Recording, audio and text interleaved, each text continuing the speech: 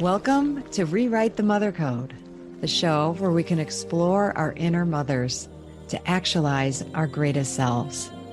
Through interviews with incredible guests, live coaching sessions, and my own experiences, we're going to dive deep into embracing feminine values and reparenting ourselves. So be prepared to show up, hold space, and be mothered in a way that you never have before, but have always needed. It's time to rewrite the mother code.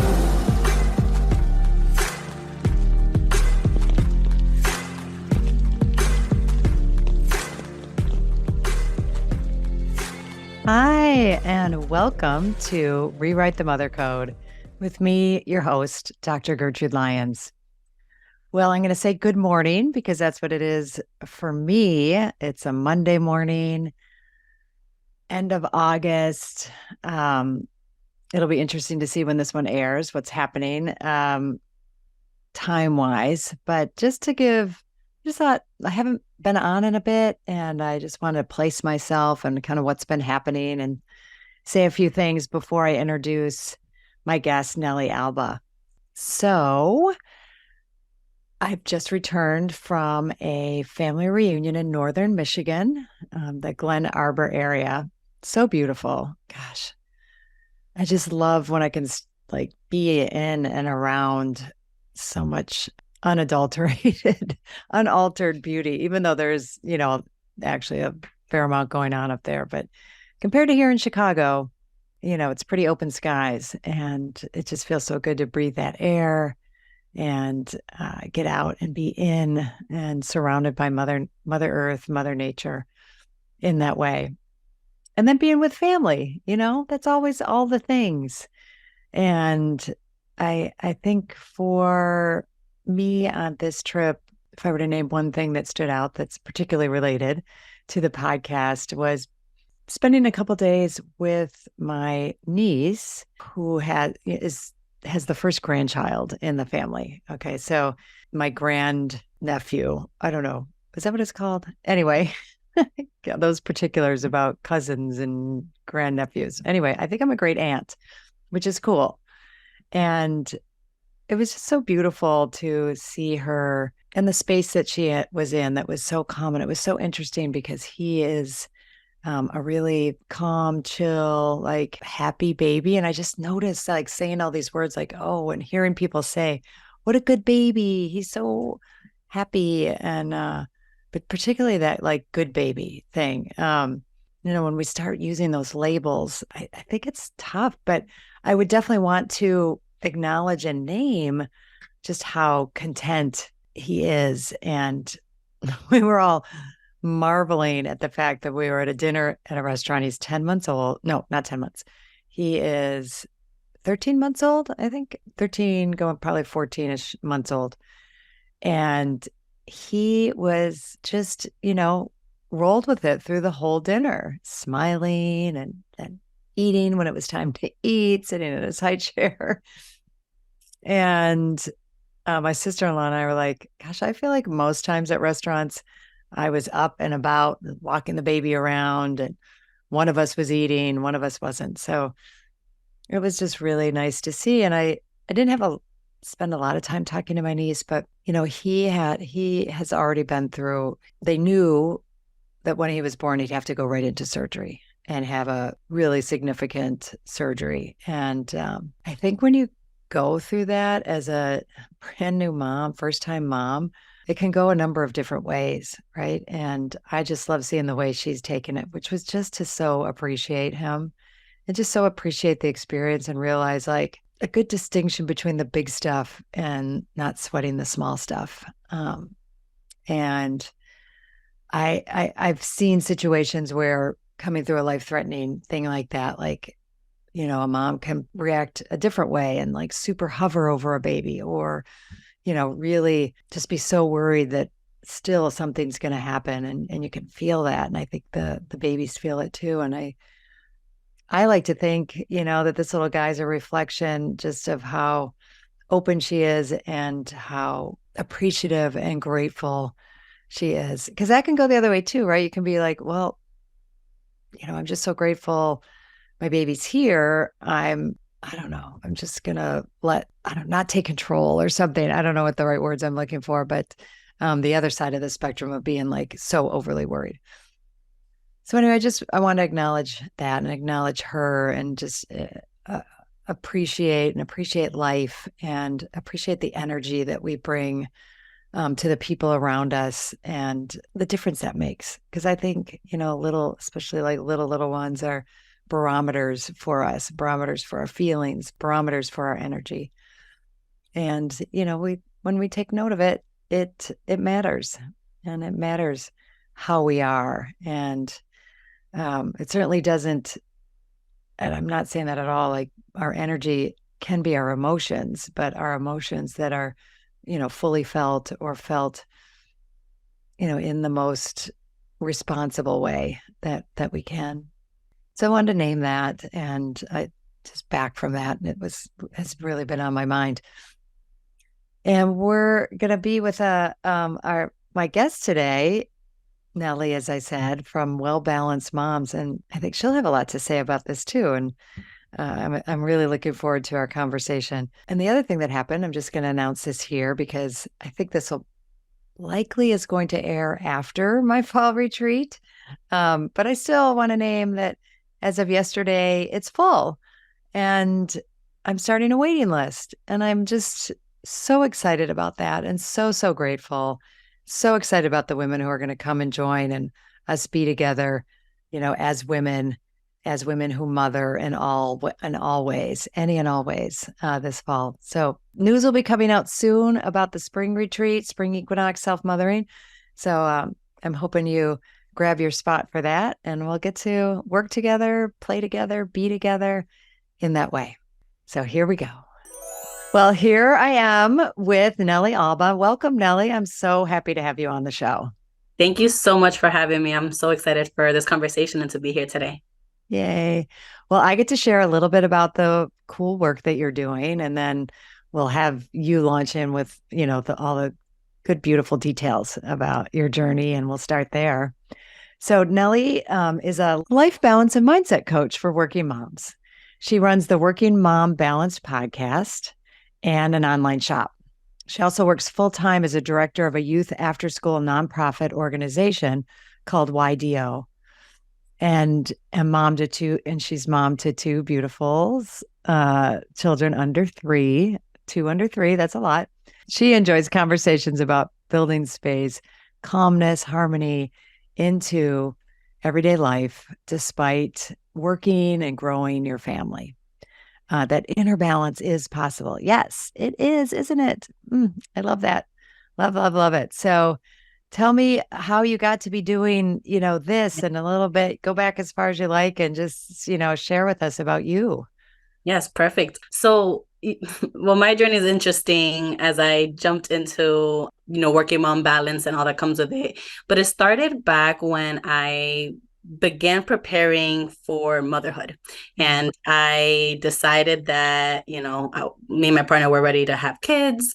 We wanted to build our family. And at the same time, I've always been a very ambitious, career-driven individual. So I knew that I wanted to build my career at the same time. It was never for me, when I have kids, I want to take some time off. And so I had that coming into this where like, well, I want to continue doing everything all at once, run my business and lead in the nonprofit world and have my kids and just do it all. So I had that big mentality going into motherhood and career building. And so in that process, I did have some hiccups becoming pregnant, and we actually ended up going through IVF with my son after trying for a year plus. And I mentioned that because it's part of where I really was like, I really want to maintain this happy place. Like I was really connected to my son. I didn't want to leave him.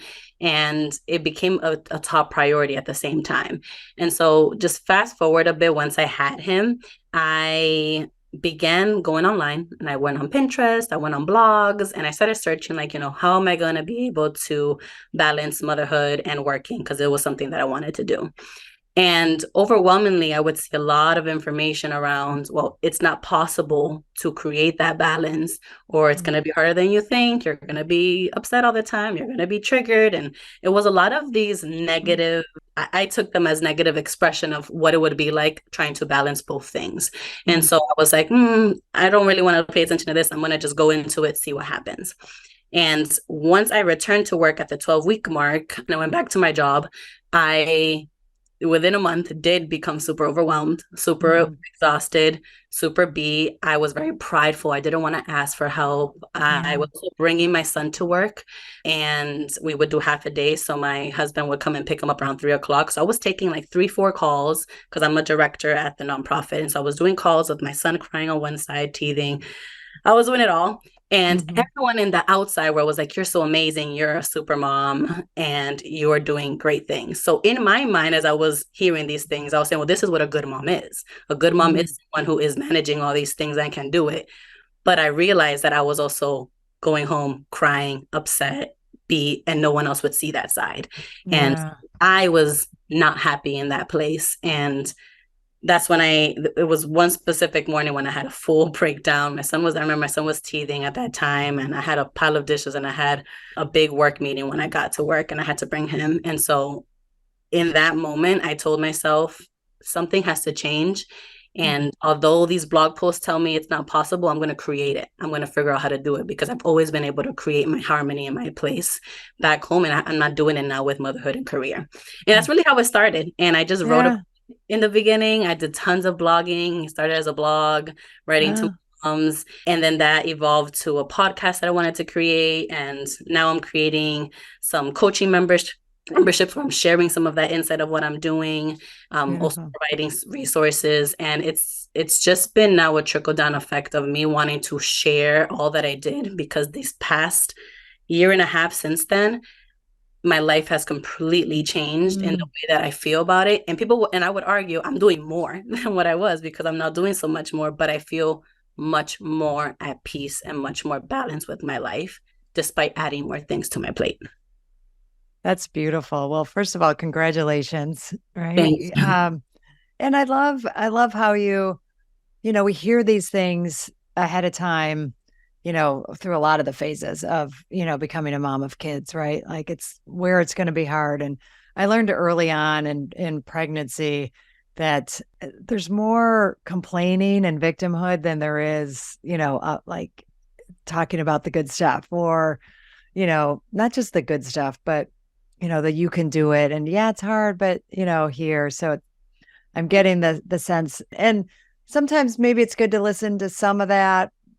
I chose not to listen to most of it either, right? And just like I gotta try this for myself. I gotta see.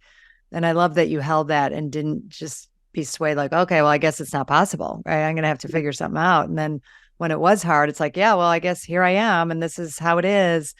But to not settle for that, to not be like, wait, okay, it is like this, I'm hitting a rough spot here and this is hard, but I'm gonna do something about it. Right. And I think that's the difference, right? I think sometimes if we are caught up in all the things that are not going well or the things people say is not going to be easy, like we automatically, without realizing, we're attracting that energy. And so we're living within that same space with the things that we do. So if you're going to go into it saying it's going to be hard, then you're going to find the hard moments. That's going to be more apparent to you versus focusing your energy on like, well, what is going well? Because I guarantee if you step back, there are some things that are going well.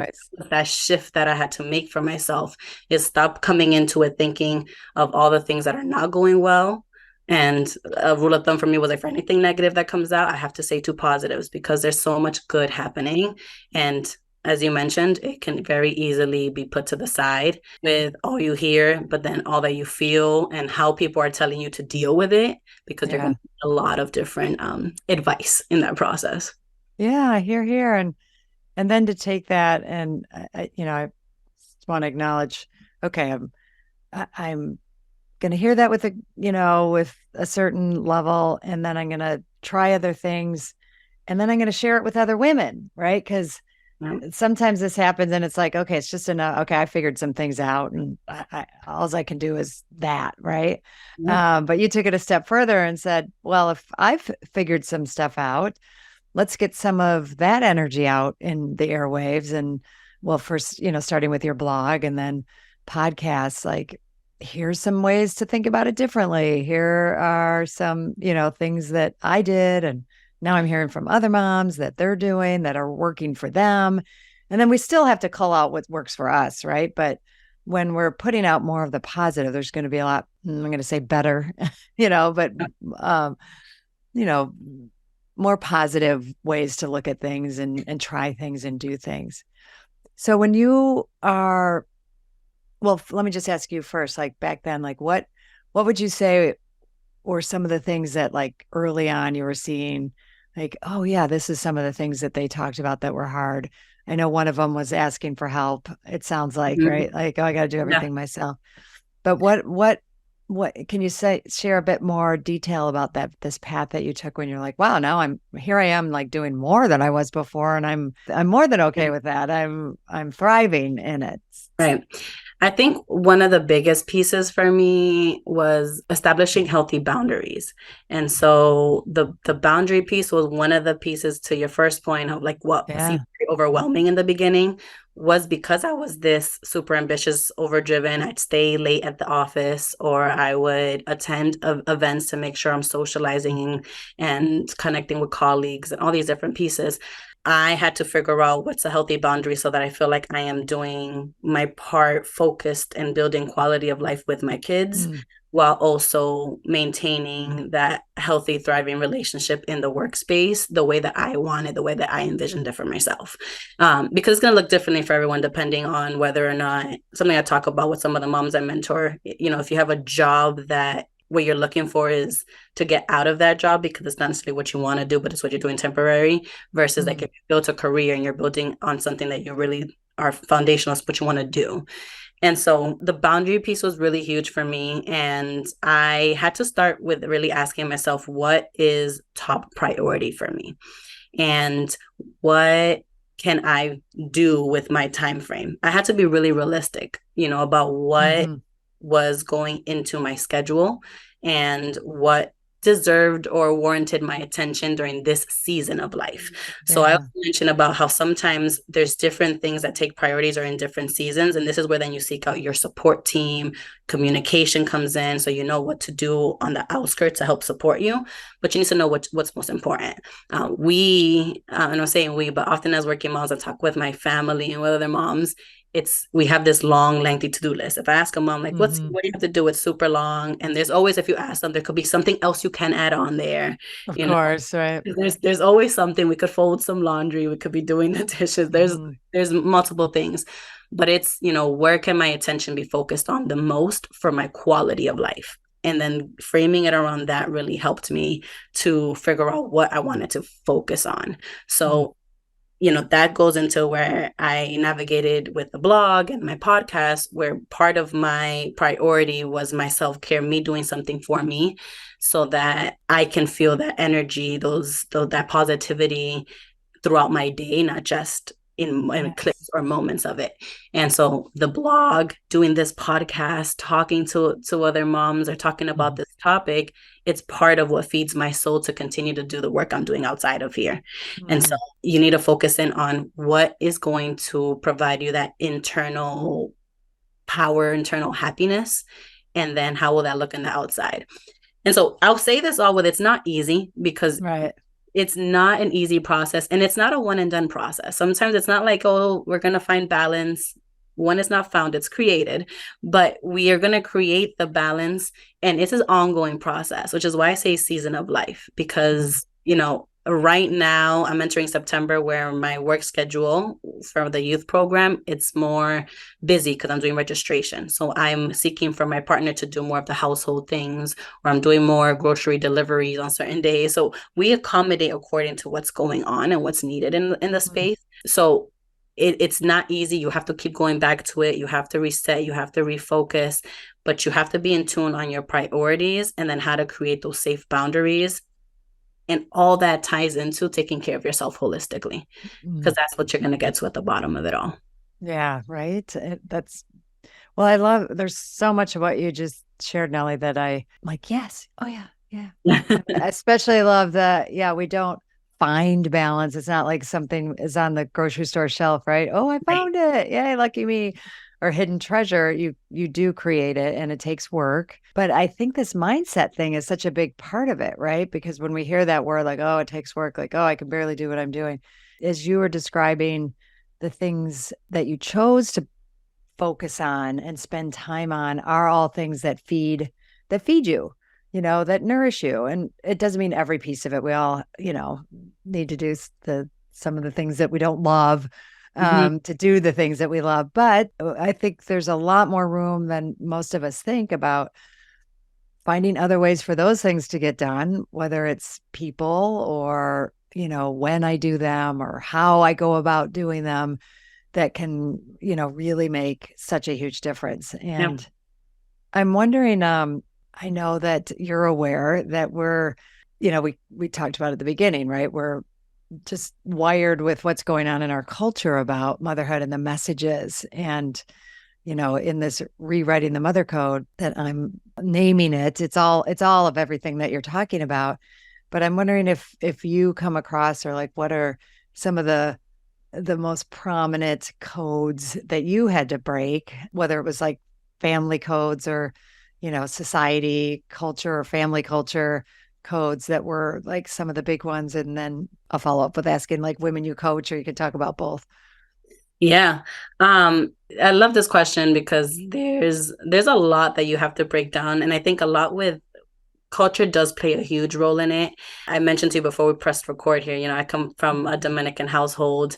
And so I was raised in that culture, and we're very family oriented. We are a culture that you have like multiple people living in the same space, doing the same things. Everyone has to be involved. And one of the biggest piece for me in that was going back to my boundaries, because I think a lot of it goes to that, is how can I place certain boundaries where like I can say no to something with my family and it not come off as disrespectful, or like Mm. that's supposed to be part of how you parent. You're supposed to let your child stay up late for the party events.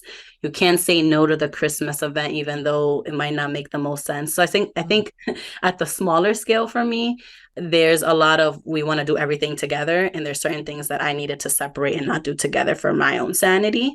And And that's not a little thing, by the way. Like yeah, those are yeah. those are big, big No, you're things. right. Making that. It's really big. I don't want to minimize that one, Nelly, because that takes a lot. But keep going. This is Yeah. great. No, and you're right. It is a big piece of it, because that is where you can get into conflicts with individuals, or you start having to potentially separate yourself temporarily from someone that maybe is not feeding that positive energy that you need. And that's something that happened to me personally. Like Mm. there were certain people that just they weren't at a point to understand all that was going on and what I needed for my family and for myself. And at that moment, I had to separate myself and just have a conversation about that when I was ready. And I Mm. also tell someone like, it's okay if that's what you need. You can definitely take those moments and do that. And another piece I just mentioned, I'll elaborate a little bit more on, is the little like eating and what you're putting on your child, or so you're gonna get a lot of comments or advice and what people tell. Unsolicited, You're mostly right. unsolicited advice. Yeah. Very much so. And I know, at least I'm thinking of my wonderful mom who has a lot of advice. I love my mom to death. But sometimes those cultural pieces where she's like, well, I have to keep my mouth shut. Remember, now I have to let you do things as you want to, where they try to impose the way things were before, or what kind of meals I should be giving and at what time. And so I think that's one of the ones I had to break, is just making sure I was intentional but straightforward and communicated my desires. And sometimes your voice can get pushed back from my culture, like the culture that I have, Mm. where you're not supposed to talk a certain way to the adults or the certain people in the room. And even though I'm not older than my Mhm. grandparents, so certain things that they say has to just go. And I had to break that and say, no, that's not the way that it's going to go, because these are my kids and this is the way things are going right now. And so I think Mhm. those are part of just some of the codes I had to break down, the lifestyle piece of things with my kids and becoming a mom.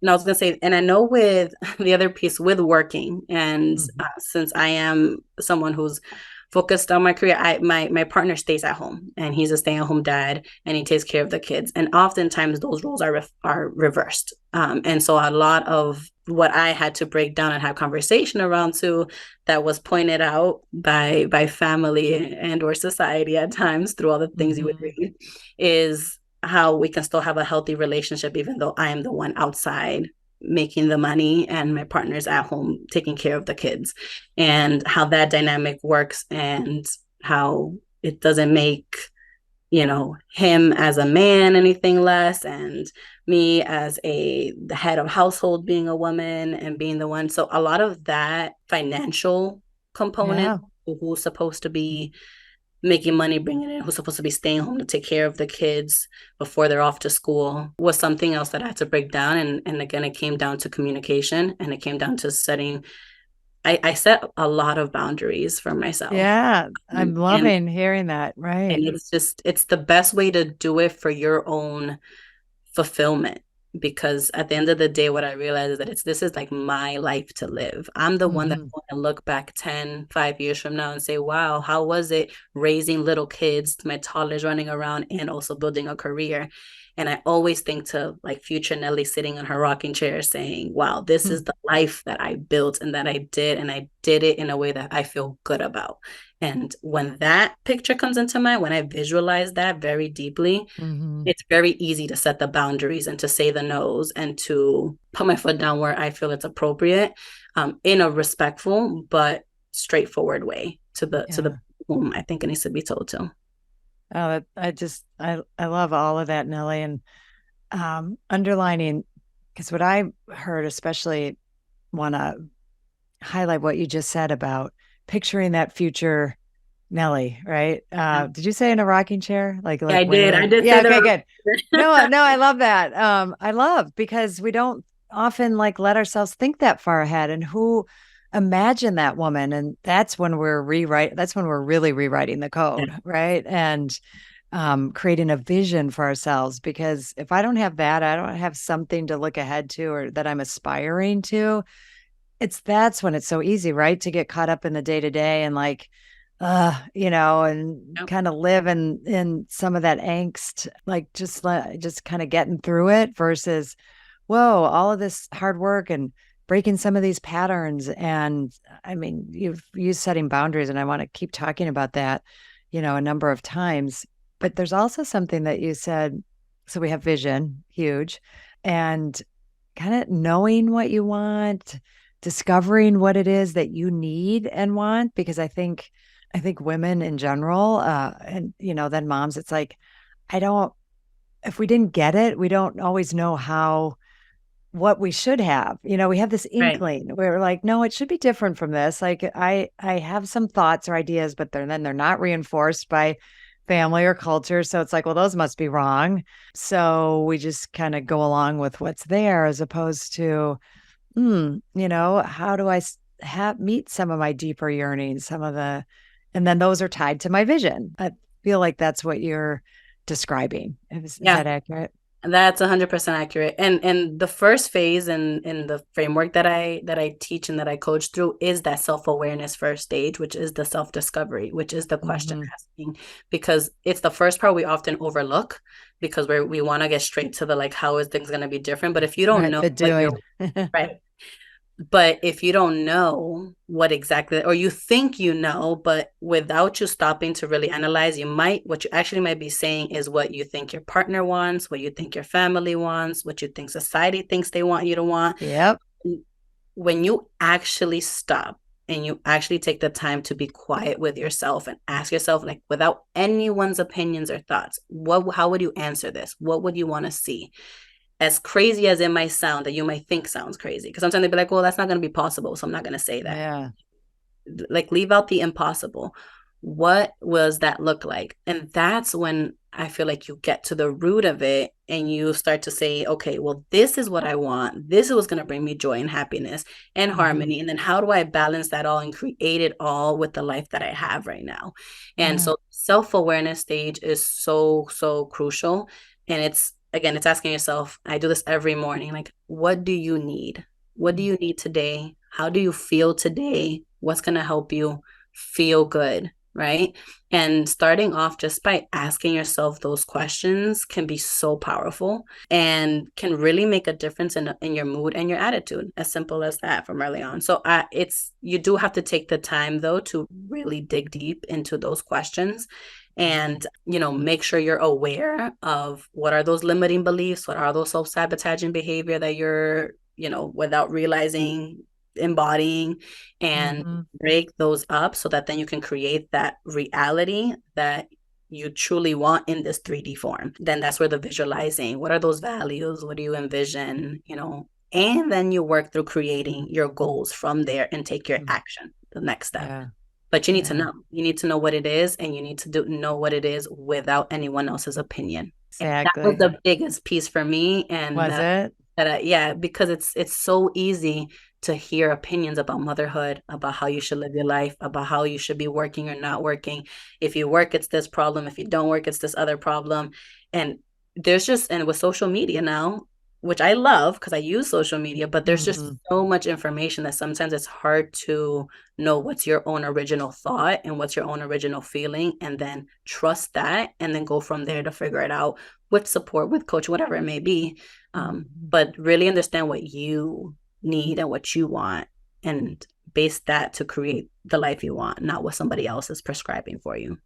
Yeah, I'm picturing as you're saying that, and I love how you laid out the process, Nelly, is, those voices will always be there. But we want our voice to get bigger and bigger, right? We want our voice to become the dominant one, or the one that assesses, some of these. Yeah. Because as you're saying, it's not about tuning everyone and everything else out, or acting like nobody has anything to say of value.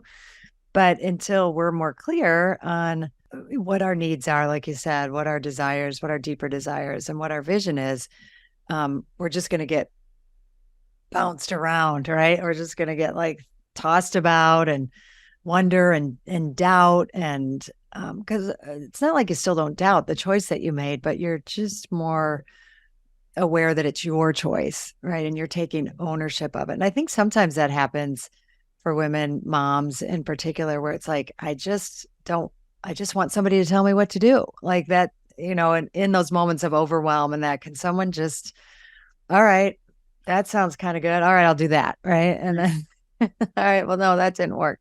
But this really is claiming ownership and taking responsibility for your life, your experience, how you want this to go. So I love that. And I'm going back, I'm thinking about, this choice point. Like, was that something you and your partner decided before you had children? Like, this is the setup that we think we want. I'll work and you'll take some time off, or because that's a big culture code, family code to break into. So and I haven't really addressed that one much. So I'd love to hear your thoughts Yeah. on that. Um, so this was something we spoke about. I am a very, like, even relationship, I'm very upfront. I want to have these conversations, but then I also say I take it with flexibility. The same thing I do with everything. So you have an idea, a goal, what you want to do, and then there's flexible pieces, especially with parenting and Yes. motherhood. But yeah, we had this conversation. We didn't establish whether he was going to do something part-time. Yeah. So there was some gray area within that. We knew that there would be conversation around with family putting their thoughts into our situation, but we honestly wanted to come back to what made the most sense for us. All the nitty of like who has insurance and who was Oh, working, yeah. and so all those little pieces we kind of broke down and said what made the most sense. And my partner was also a pro MMA fighter, and so his job was much more flexible because he moves from He could different. decide. Yeah, Yeah. so it was much easier to make a decision that way. What we did need to be clear on was whether or not he was comfortable being full time at home with the kids, and how he would have some of like his him time, Mm-hmm. because I know those can play a role in how someone feels being in that situation. And so we've done a much better job at establishing that. I know in the beginning it was a lot of communication, a lot of talking, a lot of seeing what made the most sense. That's why my son went to work with me for half the day in the beginning. So Mm. at the start of it, my son would go and he did have a part-time job. And Yeah. then partway through having the part-time job, it didn't make sense for him to continue for us to pay someone else to take care of our kids versus us. And we always wanted to have that. So yeah, we did have a conversation in the beginning, but it definitely took a lot of like going back to that conversation at least every single month. Sure. That makes Yeah. the most sense until we had a better established schedule and routine. And then my mornings are much more flexible with my full-time job too, since I work after Yeah. school hours. So it made a ton of sense that way. So it wasn't too difficult for us on our end because he was very Mm-hmm. open to it. So I think Yeah. it would be very different if you go into it with both parties wanting to work or, wanting to both stay, whatever the case may be, that you're gonna have different conversations, and that's where you just have to communicate, be clear, so that you don't end up in a situation where then your energy is being fed off at home from Sure. resenting or not liking a certain situation. But yeah, that's what worked best for us, I would say. Yeah. Yeah. Well, I'm hearing a lot of communicating, a lot of conversations. It's not, let's try this and then things change, right? Like being flexible, continuing to kind of assess how it's going. So both of you are satisfied, right? Right, And right. and doing it in the way you're doing.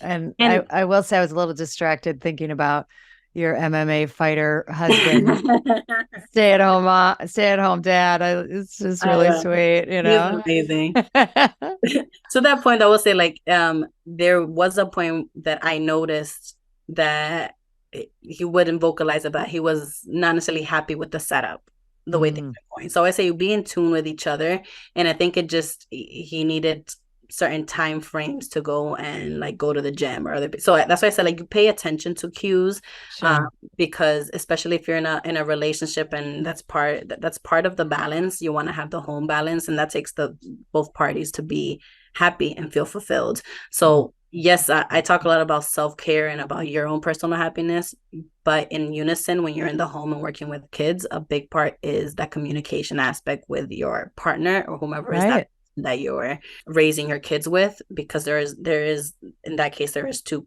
individuals that also want to feel fulfilled in different ways too.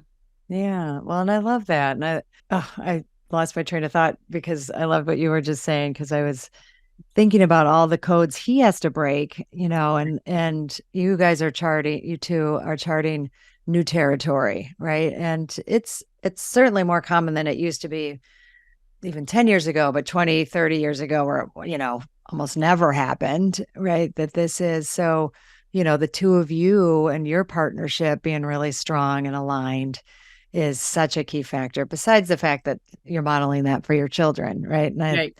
One, it works. And then two, they're learning about relationship, through the two of you. And I just think you're painting such a beautiful picture. And I don't mean beautiful like it's like, woo, fairy tale beautiful, but real and beautiful. And we talk, and this is how it gets done. And you can create, family lots of different ways. And there aren't these cookie cutter, just one or two ways to do this. And you're doing it as you're, sharing and supporting others. So I love that. Leading by example, as I say, you show it, Yeah. and my hope always with my kids is that they have different avenues in front of them, that they can see the different pathways and then make a decision for themselves in that way. And that's the Mm-hmm. same thing I live by with all that I teach and all that I do, is be aware of all that's around you and then know how to come back to yourself to make the decision that makes the most sense to you. But be Yeah. aware, have the resources, know the techniques, know the tools, and then come back to what you need, and what makes the Yeah. most sense for you. And I think everything we're talking about is when we talk about self-care, for moms or caregivers, that this process, this journey and taking it on as a journey and learning from it, learning about yourself, learning, and growing with your children is so much, where I know we're both like writing Yeah. that, and how important that is. and it's, this is seeing it differently than just like this job we have to get done. It's an integral part of our life. It's this beautiful, like rich treasure trove of healing and growing and all of that goes on. I also then wondered, like, was there anything you wanted to mention about any other ways to help manage stress and burnout? Just to name a couple, just to, because this is a process we're talking about, but Yeah. Yeah. it's always nice to have a couple like kind of immediate go-tos Yeah. in that regard. Okay, no worries. And I'm sorry. I hope that you don't hear in the background. I hear my son running down there. No, I actually I don't, but if we Okay, hear them, perfect. great. If we hear them, great. But with stress management and tools to create balance, there's a couple of different things that I would suggest. I mentioned one. Well, let me back up. First, I think that with tools that you can use, it does lie around self-care, and I think about it holistically in mind, body, and soul. So, what are those type of tools that you can use to nurture those different buckets or these different areas of self-care? And so one of those techniques is expressing gratitude, going outdoors and Yes. the expression of gratitude. And I highly suggest going outdoors for it. It just doesn't leave any room for any negative energy to be present at the time of you expressing gratitude, which is a positive piece. And so that has been huge, where I just wake up and I go outdoors and I say three things that I'm really grateful for in my life. And that's one of the big ways. Another is just physical movement. It doesn't necessarily have to be a whole workout, but Sure. that you're moving your body. I like to park if you drive to work. I like to park in the back parking lot and just take the walk. I also get outdoors at the same time, and Mhm. that is very, very positive. Another smaller piece to that is taking the steps somewhere. So Mhm. just moving your body a little bit can be super helpful and beneficial. And then a third one that I can share here is visualization. We talked a lot about visualizing, but using a lot of different visualization tools and techniques have been so powerful, whether that's affirmations that you listen to related to visualization, or if you do what I love, which is a visualization walk, where at least every quarter in the year, I go Mhm. for a extensive walk and I literally visualize my life 1 year plus from there. Um, Yes. and I always say, but when you're doing this, do it from like the smallest of details to the biggest of details. So from like the clothes you're wearing to the car you're driving to who's dropping off your kids at school, who's picking them up, who's making breakfast, are you ordering, and that in itself helps you to understand also the lifestyle and the life that you generally want to live Yeah. that you may not have vocalized before that. And you start to picture it in your head, and then you take inspired action from there. That has been so powerful. And it leads to this bigger picture of stress management Mhm. because of how you're putting room for positivity and a growth mindset and a positive mindset, and being able to reduce like the stresses that might come later on. So I say it's like prevention, like preventing those bigger stresses to hit. You do some of these softer tools to Sure. get there. Yeah, and small steps lead to big change, right? Yes. And these aren't just nice things. These are, I know everything you're sharing. They're powerful. They're proven Yes. things. Like when you were talking about when you vision as detailed as possible. That rewires our brain. Like our brain can now have something to access that can make it feels real, and it isn't just this like idea you're throwing at your brain that's going to say, no, no, no, no. Yeah. You're breaking it down. And I think all of that is so powerful. And I always like to say, and, you know, for those of us that need a little more reassurance that these aren't just good ideas, this is research based, evidence based practices that work, Mhm. that really do work for us. Well, I'm loving everything that we're talking about. And as much as I'd love to be able to address like 10 more things, because it's just really lovely to talk to you, Nelly. And doing such big, important work. It's so important. So, so important. How can people find you and get to know and learn more about, you and what you're doing, and discover more about Balanced Mom? Go Yes, ahead. awesome. Yeah. So you can find me. I'm most active over on Instagram where I share a lot of my daily inspirational pieces, and that's at Working Mom Balanced. And I also have a website, workingmombalanced.com, and that has all my different resources and links, podcasts you can find on there as well, and any kind of resources that might be helpful or beneficial to you, as well as the link to my mom shop that has a bunch of different digital products and things that might be helpful. I'll also share with your audience a free clarity journal that I have. I talked a lot about that, those question asking pieces. And so I Yeah. put together a list of like 30 main questions to ask at the beginning phase of your journey to help you gain clarity as to what you need and what's holding you back and what's keeping you stuck. So I'll also share that there so your audience can get that as well. Beautiful. Well, these will also be in the show notes. So, weren't somewhere where you could jot that right down or remember, take a look at the show notes. Also, lastly, I always ask all my guests this one last question is what does rewrite the mother code mean to you? I love that. Rewriting the mother code means you are creating the life that you desire as a mom and whatever other identities that you have, and you are creating the life that you desire by your design, in your terms, in your season of life, despite what others might say or advise you to do. So creating your life your way. Oh, here, here. That's right on. And this isn't a test question. It's because I Yeah. just love hearing everybody's kind of, it's just been so beautiful, over time to hear the similarities, but also the personal, how what it means to you personally. So that means a lot. Yeah. Thank you so much, Nelly. I wish you just so much. I'm so grateful you're doing what you're doing. I hope tons of women, mothers, find you and get to work with you. Awesome. Thank you so much for having me, and I'm so happy to have been here. I love that episode. I love Nelly. And sometimes I think I should just keep recording for our like post conversations because they're the same but a little different, just a little more just being with each other. But I was telling her that I haven't thought so much about like, what men specifically when they make the choice to be the stay-at-home caregiver or more the full-time caregiver, what resources do they have? Like we're, just getting started having more thoughtful, more, deeper ways to do this job and ways to be in it and look at it.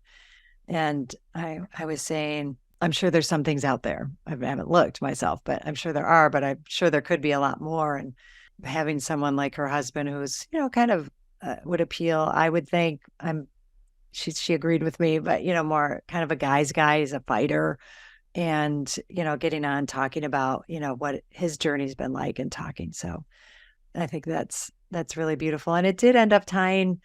Uh, I didn't think about it ahead of time, but when I shared at the beginning before Nellie got on about being a great aunt and watching my niece and her new son navigate life together, and was really inspired about their way of being because sometimes life throws us something that we have to take account, where we have to like really look at our values, look at what's really meaningful in this journey. And as I'm becoming a new mom and having a child go through something so significant kind of throws it at you whether you like it or not, and it's still our choice to do with it what we will. And I feel like she has built a vision you know for herself, for their family, of one of really focusing on what matters, and their health and relationship and just and being together and valuing and being so grateful. And Nellie's talked about gratitude as a practice, and I was thinking about it through the episode as well, just how powerful a grateful gratitude space is in our psyche, in our atmosphere. And then when we're in it, it has a ripple effect. It touches others. And we all felt it this weekend. And I felt it, being with Nellie today. So I guess it's, maybe we'll end there with like, take time today to, as she said, go outside and name some things you're grateful for. I did that this morning, and it set the tone for my day. That felt really, really good. So do that, be in that. I know I am grateful for any and everyone who connects with me and finds me however they find me, whether you're listening to this podcast and then, takes a next step to sign up for my newsletter and my email list where I share things, just in written form, in addition to this beautiful podcast forum. So I invite you to do that. And you can do that at my website, on my website, www.Gertrude, Gertrude, Lyons, Lyons, drgertrudelyons.com. Also, the same thing on Instagram. You can find and find your way to me and sign up. I love having more and more ways to connect and us be together in this conversation and on this journey of mothering, self-mothering, the power of mother, in our lives, in our world. So have a blessed, blessed day. Thank you so much for choosing yourself and taking the time to listen to this podcast. As always, please rate, review, and subscribe to Rewrite the Mother Code. It helps other people who need this message, aka all women, well, actually everybody, men included, to find it. I'm honored to have you on this journey in mothering yourself. Remember, change is uncomfortable, but it's beautiful and it starts with us.